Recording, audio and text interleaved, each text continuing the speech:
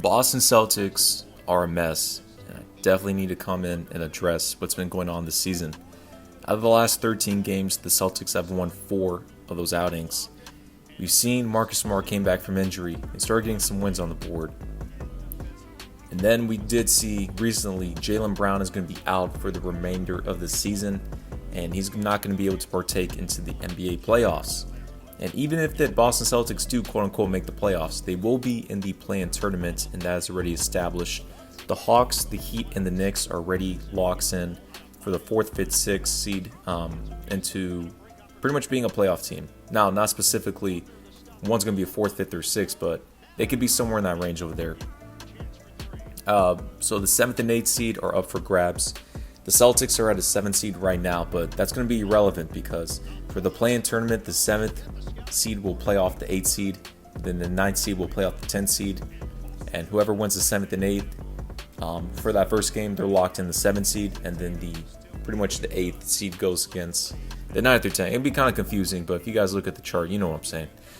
For the Boston Celtics, they're at a perfect 500 at 35 and 35. This is not good news for them. You know, this has been a very weird season for the Boston Celtics in general. Preseason picks, I actually did have the Celtics representing the Eastern Conference going into the NBA Finals. This would be Jason Tatum's 4th season, and that's not going to be the case whatsoever. Now, I did state for my preseason pick, it was either going to be the Celtics or the Nets.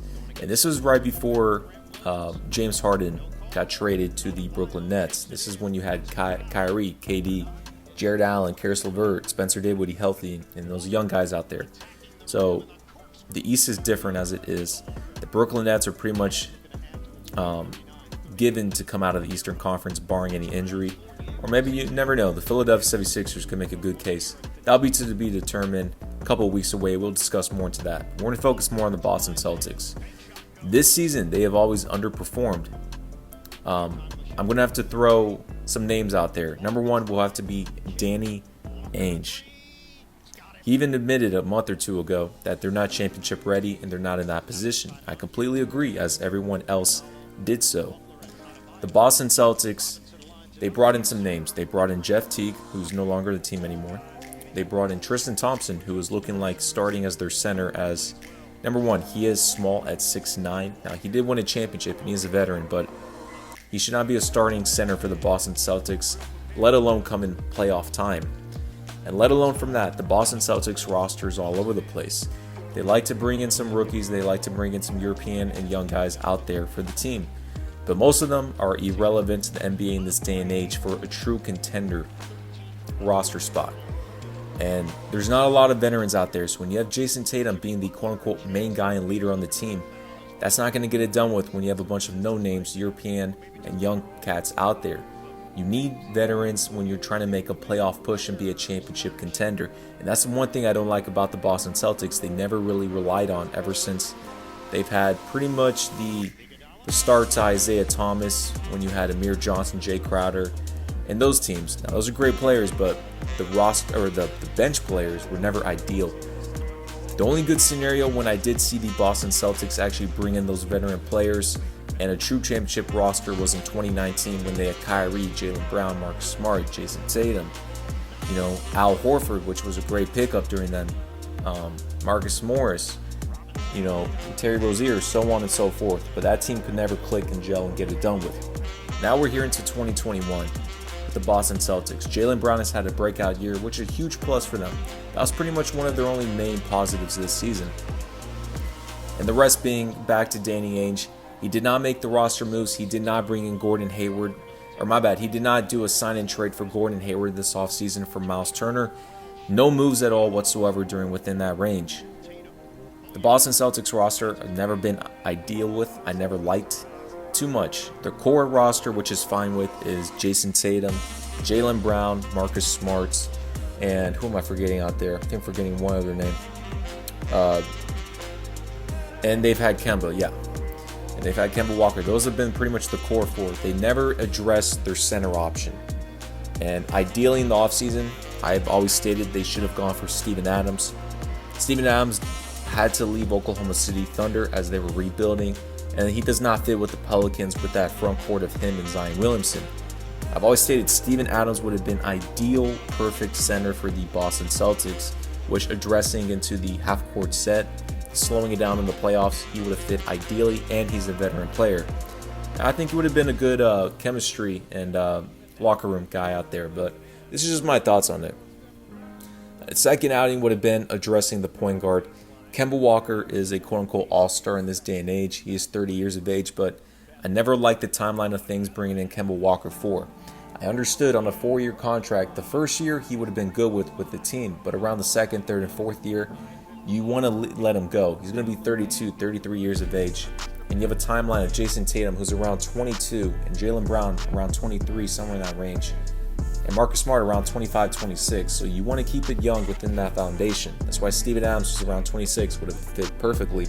But for Kemba Walker, I fully expect him to be traded off within the offseason after the Boston Celtics are either pretty much lose in the first round or not make the playoffs by losing in the play-in tournament. Now for Danny Ainge, who has all these draft picks and assets and he does not know how to address them and flip them, a lot of pressure is going to be on his side of things. The Boston Celtics need to address two things. Number one, bring in that center. Number two, an ideal young point guard. There's some names out there. Number one, Malcolm Brogdon would be an ideal point guard to play alongside with a backcourt of Jaylen Brown. He's around 6'5", 6'4" in that range. He can handle the rock, he can shoot the ball, and he can defend. And with the Indiana Pacers pretty much imploding, I believe that the Boston Celtics should do whatever they need to do to bring in Malcolm Brogdon. Now, if it's not Malcolm Brogdon, a second name out there would have to be Lonzo Ball. Good thing with Lonzo, he's around 6'6". So you're bringing in a team with depth of length and who can handle the rock, who can initiate an offense, who's worked on his three-point shot, which is good with, which his confidence has skyrocketed these last couple games this season.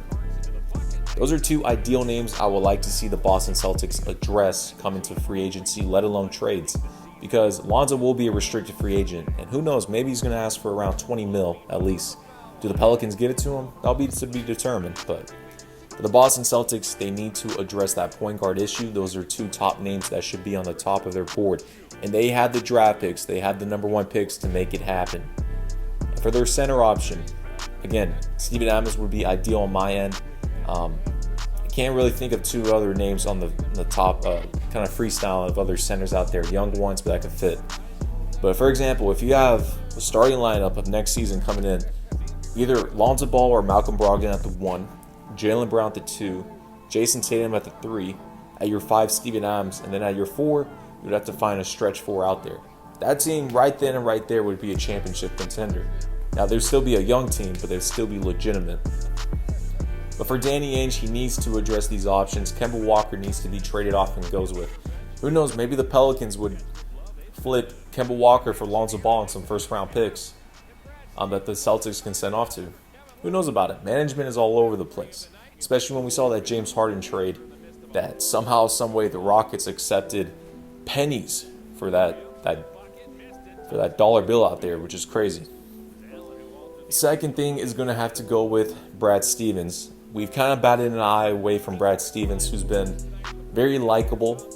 He's always been, quote-unquote, one of the top 3, top 5 coaches in most people's eyes, pretty much since 2016, 2017 in that range. But a lot is coming back up to Brad Stevens within this crew and organizing this team to go and win games. I'm not going to jump too much in depth within there, but that's something we need to keep our eye on. Same thing with Terry Stotts. They've been very low-key about it. No one talks about that quote-unquote issue, but for the Boston Celtics, they may have to depart and go a different way with a different coach. But number one, I need to see roster changes first. Then you can address Brad Stevens if that's the case.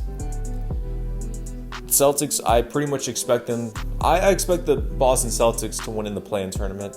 I fully expect them to get either a 7th or 8th seed. They're going to have 2 games. I don't think they'll fall on both of them. But who knows about it? I mean, the Hornets, the Pacers, and the Wizards, they're going after it. It's 1 game. But for Boston, they have a lot of lists within this agenda. I'm very curious to see how they actually come in and they change the roster to retool the season because, again, the last 3 seasons, they made the conference finals twice. You lost in the second round 1 time. And now you're coming to this season pretty much not making the playoffs or going to be bounced in the first round. And with an injury for your young stud, Jaylen Brown. So they need to address three things before we wrap up here. Number one, they need to fill in that point guard and center slot. Number two, of course, well, that's going to include trading away Kemba Walker, but we understand that. Number two, you need to fill out a bench depth of veterans out there, not just young cats with no names. You need to bring in veterans out there. And then as a number three, lastly, what was number three? You may need to address a new coach, but we're not going to jump too far into that right there. But overall, I expect the Boston Celtics with Jaylen Brown and Jason Tatum and Marcus Smart. They're young studs. They have high potential. They're always going to be a legitimate team in the East. But you need to fill in the right roster spots, surrounding around them. That's where Danny Ainge needs to come in. Went off there.